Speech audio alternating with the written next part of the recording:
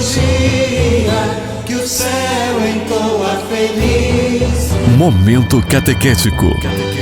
A liturgia explicada. Meu irmão e minha irmã, vamos ao nosso momento catequético, a liturgia explicada, continuando ainda mais um pouco a nossa reflexão sobre o ministro extraordinário da distribuição da Sagrada Comunhão. E vamos falar hoje sobre as virtudes que um ministro precisa se exercitar. A primeira virtude é na acolhida. Quem vem para a igreja precisa ser muito bem acolhido. Seria maravilhoso se nas igrejas e nas comunidades se formassem equipes de acolhida que sejam instruídos sobre isso através já dos próprios grupos pastorais, movimentos que já existem na igreja, na comunidade, na paróquia. Mas não é só isso, que a acolhida vá muito além das portas das igrejas. A acolhida do ministro, por exemplo, dentro desta virtude a exercitar, se manifesta na forma como ele se aproxima das pessoas, como o ministro trata as pessoas com carinho e ternura. Outra virtude, na humildade. O mundo está perdendo o senso da humildade. E quem se coloca a serviço da comunidade precisa ter a mesma atitude de João Batista. É preciso que ele cresça e eu diminua. A tentação de ser o primeiro, de estar no pódio, é grande no ser humano. A humildade é uma atitude de quem se reconhece como filho de Deus e sabe que dele tudo recebeu. Cuidado com o falso conceito de humildade. Sou humilde, por isso não faço nada na comunidade, vou deixar para os outros fazerem. Isso não é humildade. Humildade é colocar-se a serviço, como disse Jesus: quem quiser ser o maior entre vós, seja aquele que vos serve, e quem quiser ser o primeiro, seja o escravo de todos. Jesus não proibiu que alguém esteja na frente, coordenando, incentivando, sendo protagonista, não.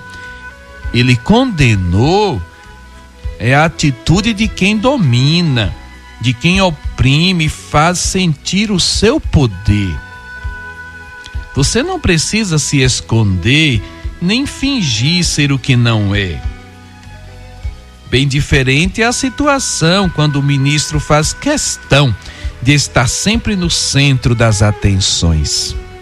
Ser humilde é não desanimar, mesmo diante das críticas. É deixar-se orientar por quem pode nos ajudar e não pelo palpite dos outros. Depois, a gratuidade, outra virtude. Quando Jesus envia os seus discípulos em missão, ele lhes dá uma ordem: de graça recebestes, de graça deveis dar. Na verdade, todos os ministérios remontam a esse princípio. Partilhamos com os irmãos os dons que recebemos. Ser ministro é se colocar a serviço na gratuidade e não buscar algo em troca, que pode até mesmo ser o reconhecimento da comunidade. Às vezes, pelo fato de ser ministro, a pessoa acha que ela precisa ter alguns privilégios dentro e fora da igreja. Não é por aí. Outra virtude é a quarta virtude, no equilíbrio. Que o ministério não seja motivo para prejudicar ou deixar de lado compromissos já assumidos. Por exemplo, a responsabilidade com a família. Primeiro, a responsabilidade com a família. Que o ministério não o transforme numa tendência ao clericalismo ou ao fanatismo. A quinta virtude é a bondade. O Papa João 23 recebeu o título de Papa Bom. Seja bondoso, prestativo, generoso, gentil, cordial. E o Papa João 23, que recebeu o título de Papa Bom, ele era como um paizão, um coração aberto que só se interessava pelo bem das pessoas. Temos exemplos maravilhosos de ministros que são assim também. Na mansidão, às vezes o ministro precisa ser firme, dizer a verdade, mesmo que doa. Mas na maioria das vezes, a mansidão produz muito mais frutos. Existe um ditado que diz assim: atraímos mais moscas com uma gota de mel que com um barril de vinagre. Outra virtude aí é a simpatia. Uma pessoa simpática é aquela que recebeu de Deus talentos humanos que a tornam agradável no convívio. A simpatia é um dom, o contrário é a antipatia. Torna-se antipático o ministro que, através de cargos a ele confiados, busca sua promoção pessoal a todo custo. Na perseverança, os primeiros passos, com muita emoção e entusiasmo, tornam-se fáceis. Passando algum tempo, a missão vai ficando difícil, sente-se os que muito sentiram. O ministério virou rotina, uma obrigação,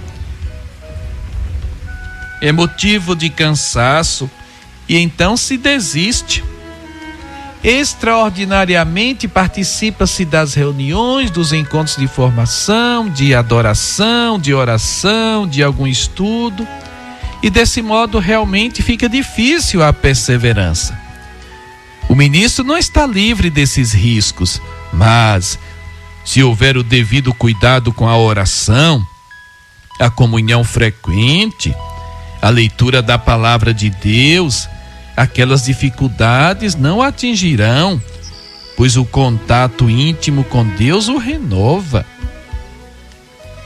O trabalho em conjunto, outra virtude que o ministro precisa exercitar.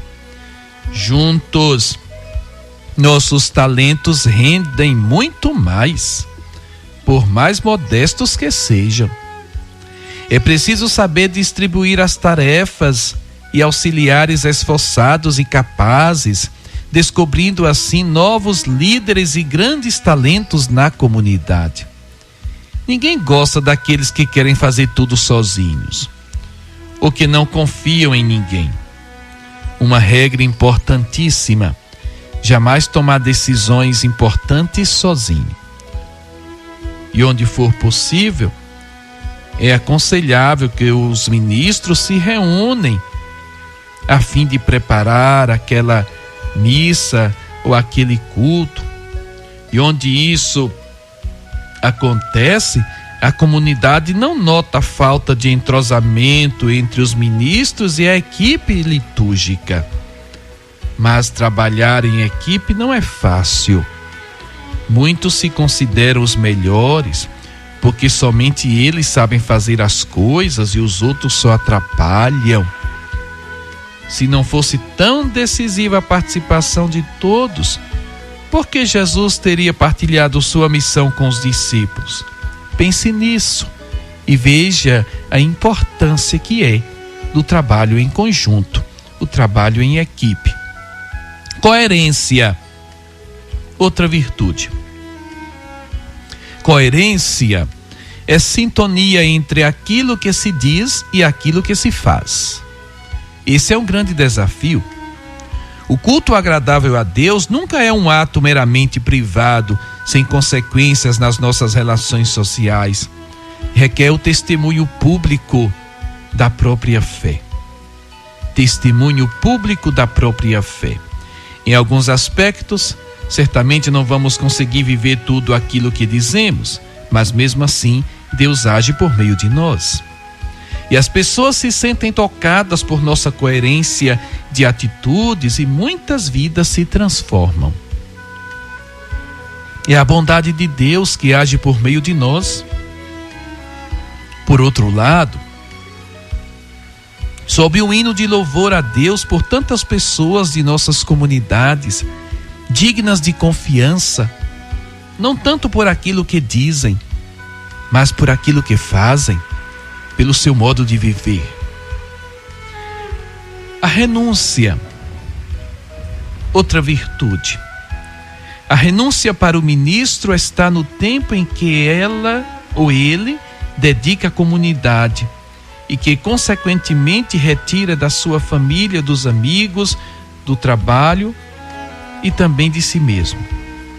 Terá que aprender a renunciar os próprios gostos, ideias, projetos para acatar aquilo que é melhor para a comunidade. O compromisso com a comunidade o vincula a ela. E às vezes poderá surgir um convite para algum evento importante, justamente na hora em que precisa prestar o serviço à comunidade. E agora, o que fazer? Outras vezes será uma visita que chega exatamente na hora que você precisa ir à missa para preparar aquela celebração e a credência. Que ninguém veja ou sinta a contrariedade no rosto do ministro. E depois de ter prestado o serviço na comunidade, custará também dizer, como sugere o Evangelho: quando tiverdes feito tudo o que vos mandaram, dizei: somos simples servos, fizemos o que devíamos fazer. Todos precisamos aprender a abrir mão das coisas. Tem gente que se agarra aos cargos, às funções da igreja, e ao ser interrogado diz: ninguém quer assumir o meu lugar. Se eu sair, acaba tudo. Não é bem assim. Depende como o convite foi feito. Depende de como você está exercendo a sua missão, sabendo que você não é eterno e que você precisa do outro para dar continuidade àquela sua missão. E a última virtude a ser exercitada é na eterna aprendizagem. Não poderíamos deixar de tocar na questão do eterno aprendiz. Não existe conhecimento maior ou menor. Há conhecimentos diferentes. Exemplo: alguém pode não estar apto para fazer uma palestra, mas pode ser um ótimo carpinteiro que coloca seus talentos a serviço da comunidade. Alguém pode não estar apto para proclamar uma leitura, mas pode ser um ótimo cantor, ou instrumentista, tocador. Diante disso, faz-se necessário valorizar a todos e ter abertura de coração para aprender até mesmo com as crianças. Conselhos para você, ministro, que a igreja dá. Não só desenvolva um ministério vinculado à Eucaristia, mas seja apóstolo de Jesus eucarístico. Seja discreto ao comungar e discreto ao distribuir a Eucaristia. É Jesus que deve aparecer. Esteja sempre unido ao pároco de sua comunidade. O seu serviço está intimamente ligado ao dele. Procure participar dos encontros e reuniões. Visite os enfermos e idosos com quem, ao servi-los, serve o próprio Cristo. Veja no rosto de cada um deles, pela fé, o rosto do próprio Jesus. Participe da missa, não apenas quando for escalado para servir. Ela é fonte de toda a espiritualidade. O encontro com Cristo na Eucaristia, na palavra e na comunidade faz-nos fortes, apesar de nossas fraquezas. Não deixe sua família de lado. Antes de tudo, tenha tempo para ela. Priorize a convivência familiar. Ajude a comunidade a entender o valor da oração e da adoração a Jesus na Eucaristia. E quando for administrar este seu serviço, seja solidário e deixe ser um sinal de Jesus na vida das pessoas. Faça a experiência de amar na gratuidade, isto é, de não querer e nem aceitar nenhuma forma de retribuição. Faça por doação, ame por doação, por entrega, por querer o bem do outro. Saiba guardar sigilos, seja discreto. Descubra o que há de bom e de positivo nas outras pessoas. Assim seja. Amém.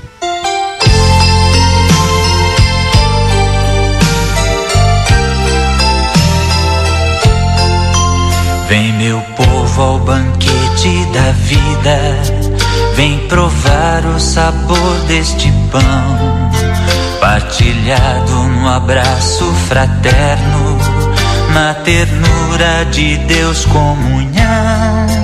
Vem que a mesa já está preparada, vem trajando a veste mais linda, há irmãos esperando nas ruas, dize a todos que aguardo sua vinda. Nesta ceia, Senhor, partilhamos tua vida no vinho e no pão, no fraterno convívio seremos testemunhas da ressurreição. Nesta ceia, Senhor, partilhamos tua vida no vinho e no pão, no fraterno convívio seremos testemunhas da ressurreição. Vem, meu povo, ao banquete da vida, entoar solidária canção, que aos pequenos e pobres da terra seja força de libertação.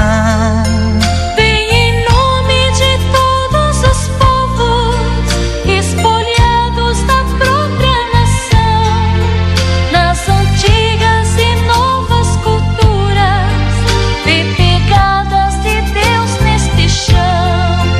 Nesta ceia, Senhor, partilhamos tua vida no vinho e no pão, no fraterno convívio seremos testemunhas da ressurreição. Nesta ceia, Senhor, partilhamos tua vida no vinho e no pão, no fraterno convívio seremos testemunhas da ressurreição. Vem, meu povo, ao banquete da vida, vem buscar a coragem de amar. Se a defesa do reino tomares, com a vida terás que pagar. Vem, já